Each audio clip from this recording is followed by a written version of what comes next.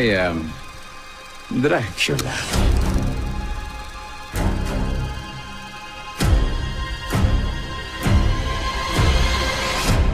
¡Línea!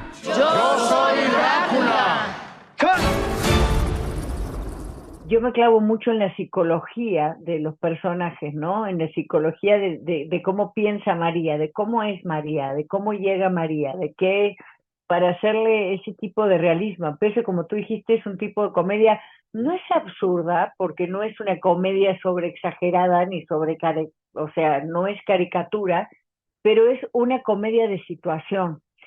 La comedia de situación tiene otro tipo de dirección también, que Eugenio y los otros tres directores que nos acompañaron en la dirección fueron como muy explícitos en eso, porque la comedia surge de los textos. Entonces, eso es lo que hizo que María también la pudiera construir desde un lado muy real, desde leer la biografía y desde ver que es una vieja que se montó en un caballo en 1917 y salió a buscar a su marido que se le perdió en Chihuahua y nunca más lo encontró. Larga historia corta, sus niños crecen en la Ciudad de México y Mari, que era su hija también, que es la madre, Lupita Tovar, siempre estaba en la casa con ella y con su marido, con sus tres nietos, y es ahí cuando María, claro, ve la desesperación de su nieta más grande, que era Lupita, y que no tenía apoyo absolutamente de nadie, y le dice, vámonos. Fue mucho trabajo de dirección, mucho trabajo físico, porque nada que ver mi parte física, que soy hiperactiva, imagínate, eh, parezco una pelotita de tenis con trabajar a María, o sea, hubo muchísimo trabajo. Yo creo que uno tiene la responsabilidad de interpretar a gente que existió y que vivió y que marcó una historia. Hizo una película de 1931 que fue la más vista y luego a tal punto que la perdieron, teóricamente la perdieron y la volvieron a encontrar a la película original en 1977 en Cuba. Al final, cuando estás adaptando una historia real, de vez en cuando tienes que borrar personas completas o combinar dos personas en uno, o hasta cinco personas en uno. En mi caso, el Carl Jr. sí existía, era un tipo real, sí también existía Carl Sr., su papá. Es que el pretexto de la historia sí es real, la idea de dos elencos en paralelo, así que lo más importante está allí. El Carl Jr., el mío que interpreté, es un poquito más sencillo en el sentido de que, pues, es sobre todo consentido y tiene sus... está celoso de Connor, el otro protagónico, pues... y así lo jugué, pero el Carl Jr. en realidad era algo más complejo, por supuesto. A él le interesaba de verdad producir cine porque trabajaba en el medio por como 10 años después, haciendo varias pelis, no tan exitosas, pero aún así el tipo era bastante apasionado para el cine. Pero en el sentido de hacer un contraste entre él como antagónico y Connor como protagónico, es importante que haya un contraste.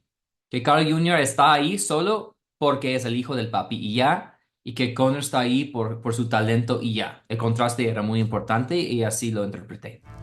Por fin haremos una película en español. Hasta conocimos al señor Bela Lugosi. Lugosi gana 6 veces más que tú. Yo creo que la serie tuvo, y yo también me arranqué con esto, tuvo un toque del tono de los años 30, un poquito de cine viejo. No hablábamos 100% moderno. Por eso yo hablaba en inglés, te voy a dar un ejemplo. En vez de decir, hey Connor, sorry to hear about you and your girlfriend. Esto es contemporáneo.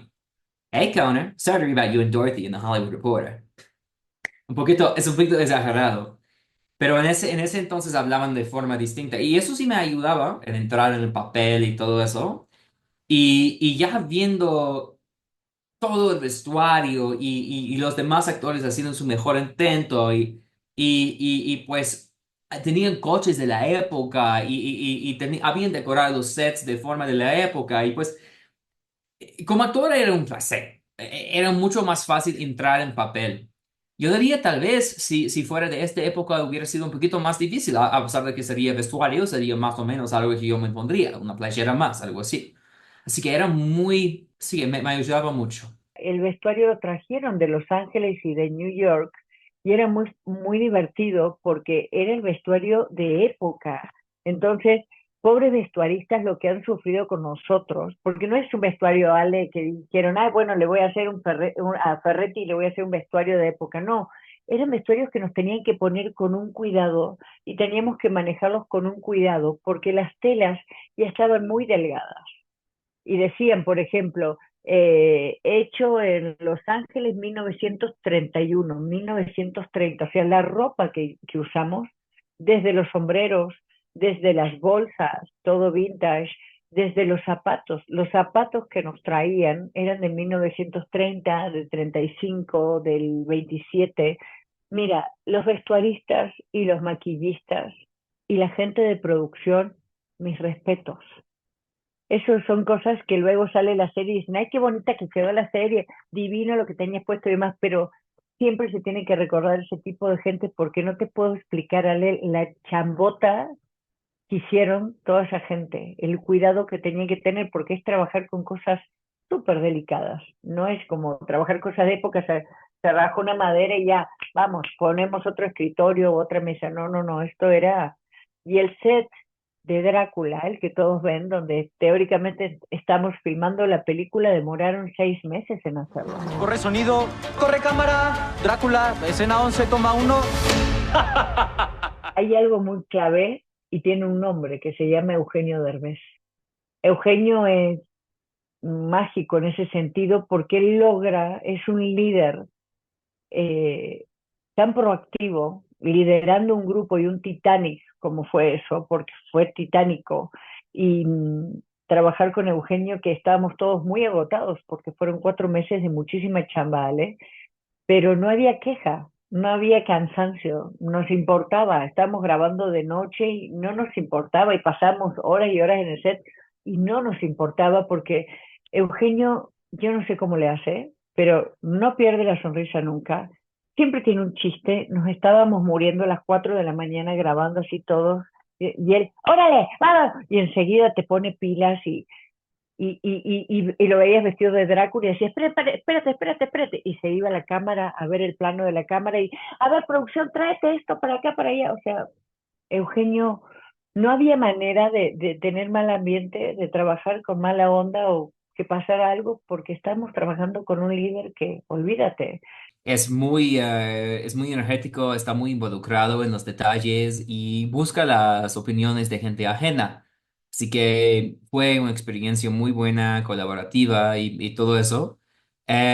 Yo creo que él sería el primero de decir, sí, su nombre está ahí arriba del título y todo eso, pero sobre todo su éxito viene por parte de la gente que contrate, con quien trabaja. Es muy bueno en trabajar gente que le ayuda en realizar la visión. No es una dictadura. Lo que sí teníamos como equipo era el ritmo, que es lo más importante en comedia. Lo que está ahí escrito en la página es una cosa, pero cómo se siente en momentos muy importantes y tienes que estar muy abierto a actores ajenos. Y yo no actué mucho con mexicanos en la serie, de hecho, en su mayoría estaba con AJ Vaj, quien es canadiense. Y él tiene experiencia en improv y yo también. Y así que para nosotros era una dinámica muy fluida y dirigido por parte de un uruguayo un día y de Eugenio en otros días, pues ahí encontramos el estilo de la serie tal cual.